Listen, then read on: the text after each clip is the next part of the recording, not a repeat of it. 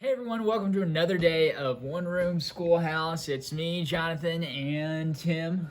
That's true, it is me. I nailed it this time. Got it. Definitely didn't have to do that several times.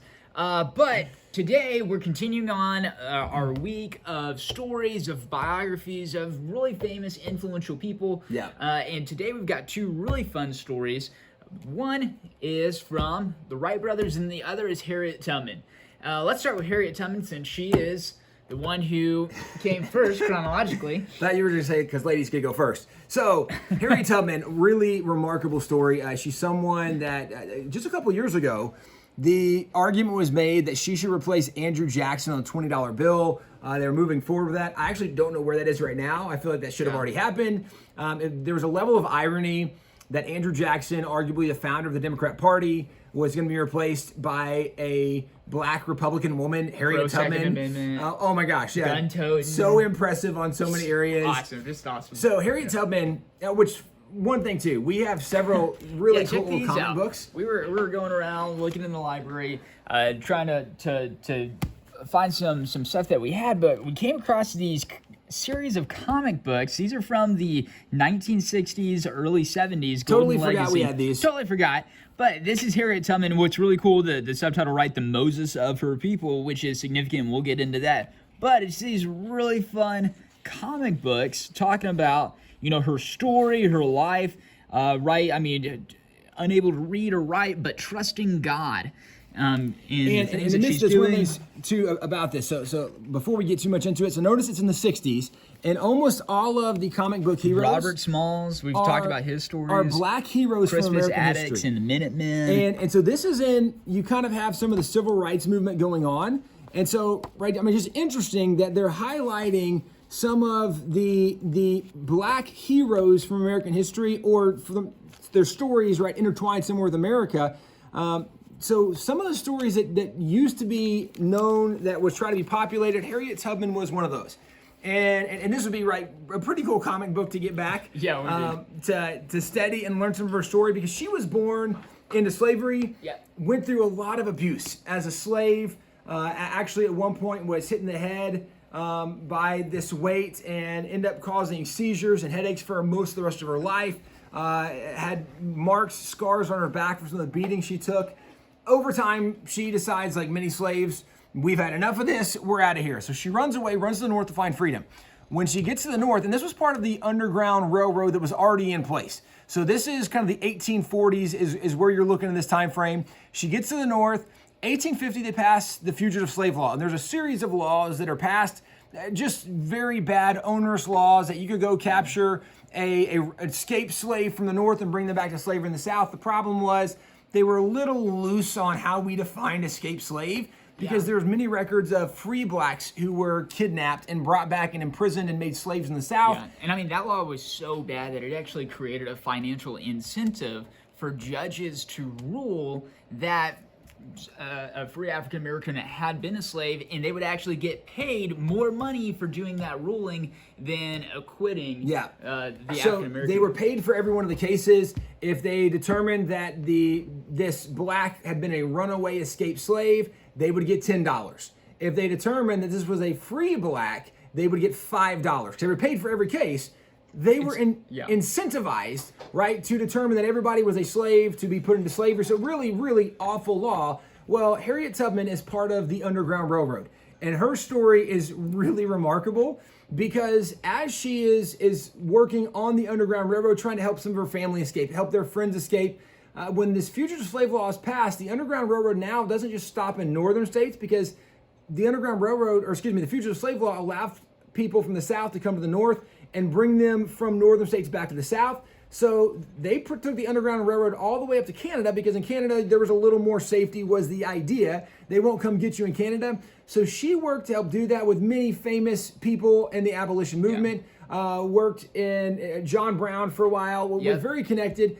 And in the midst, he called her General Tubman. Yeah, really funny. And speaking of General Tubman, so when the Civil War unfolds, she does work for the Union Army. She becomes the first woman in American history to ever lead a military expedition, right? And she actually leads a raid into Confederate territory because, right, during her time working in the Underground Railroad, she makes over a dozen trips back to the South slave territory, which is, right, every time risking her life, every time just unimaginable bravery. That's why they called her the Moses of her people, because she continued to go back to lead other slaves to freedom. And so she is very well acquainted with the territory. So the military actually asked her to be their leader on this expedition down this river because she knows where all the mines are at. I think it was called the Combahee River Raid is what it was. Yep. Helped free 700 people, 700 slaves, bring them out, right, again, the Moses of her people, as she's helping lead them to freedom, the promised land, so to speak, in the north. So very, very active. Not surprising, she was a Republican because at the time, the Republican Party was the one advocating for the rights of African Americans, for the rights of blacks in America. So she's a Republican. She also was a Jesus lover. She absolutely believed in God, believed in Jesus. She definitely carried a gun with her along the way. I mean, her story is so remarkable, what she did. She actually, at the end of the war, fought to help people that had been former slaves find kind of a way they could get accustomed to new life. She fought for the rights of Civil War veterans who were African American, who were Black Americans.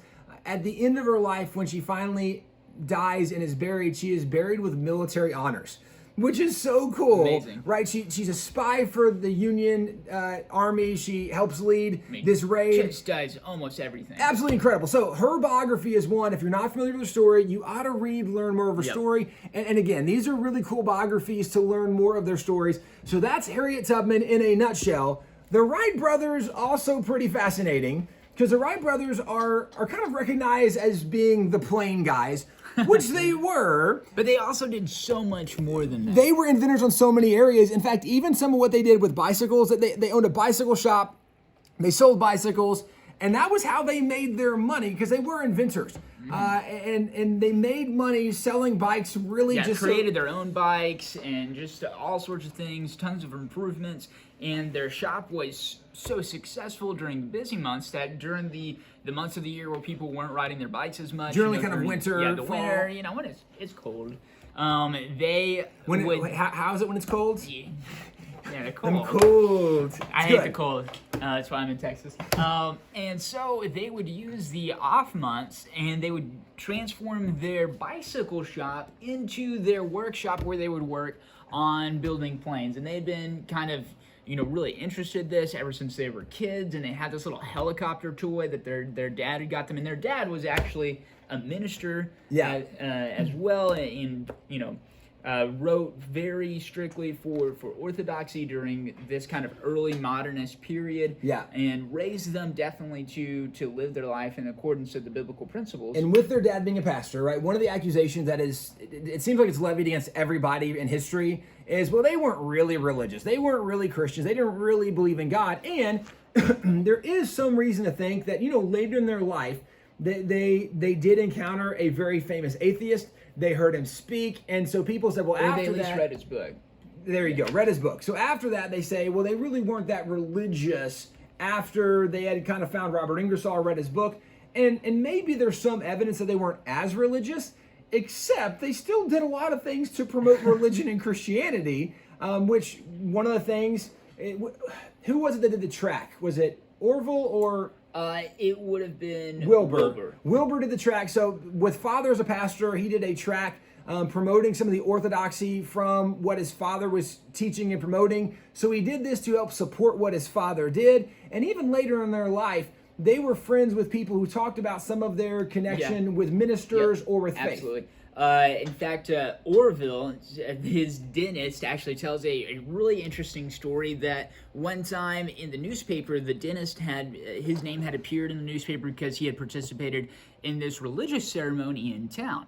And Orville came in for his appointment and actually started this conversation with the dentist. And the dentist talks about how happy he was to have this conversation, talk about religion, kind of get Orville's thoughts about it. And they started in their relationship to talk kind of regularly about religion. And the dentist knew that Orville didn't go to church very often. Now, they were very strict about not working on the Sabbath. So both of them in their shop, right, even during this race, this international race to create an airplane, they would always take Sundays off from their work, which is crazy, right? If you're trying to beat everybody else in the world on creating an airplane, you can't take a day off. Only if you were a religious person who thought, no, this is right, Sabbath, you have to honor the Lord, you don't work on the Sabbath. Certainly you see some of their Christian upbringing in that decision, but yeah, it wouldn't make sense from a scientific standpoint of if you are in a race, you don't take time off in the race as a inventor, as a scientist trying to create this right propelled machine that's gonna fly.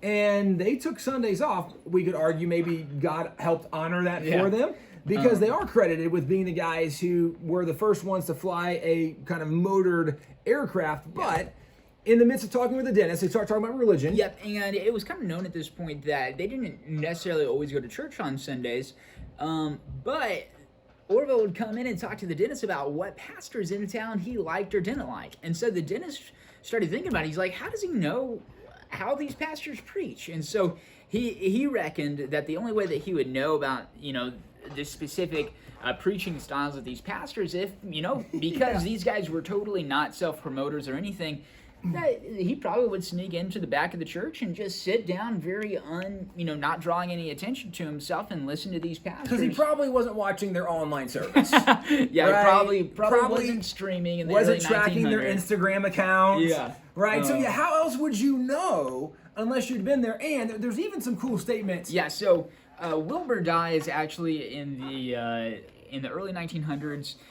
But Orville lives to see his airplanes used not just in World War I, but even the Second World War, passing away after that. And as I was doing some research for this, came across a really fun quote. This is on his 76th birthday in 1946.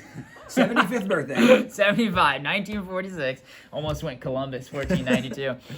But Orville is talking to this newspaper reporter about kind of the things that are happening in the world, and he says the United States is a democracy. We will never have communism here unless the people want it. Russia cannot force it upon us. The most you can do is preach it to us as we, America, preach Christianity throughout the world. So even as he is now, in his last years, as he's an old man, as he's looking on the world, he's like, what is America's role in the world? We are, right, this bastion of liberty, these people proclaiming liberty and Christianity throughout the land, which is really interesting for somebody who some people say isn't a Christian, for him to be like, Russia is communist, we won't be that because we're too busy being Christian over here. If you want to know more about their life as bicycle shop operators, as working to get the first motorized plane up in the air, and a lot of what they did, Kitty Hawk, their experiments, this is a really fun book highlighting some of those stories. So this is where, again, we would say WallBuilders.com, we're just highlighting 10 this week, but we have dozens of these online, so many great stories you can get, you can find out, you can learn more about. We have 2 more tomorrow, 2 of my favorite that'll be tomorrow. So you guys make sure to check us out tomorrow here back at the Room Schoolhouse.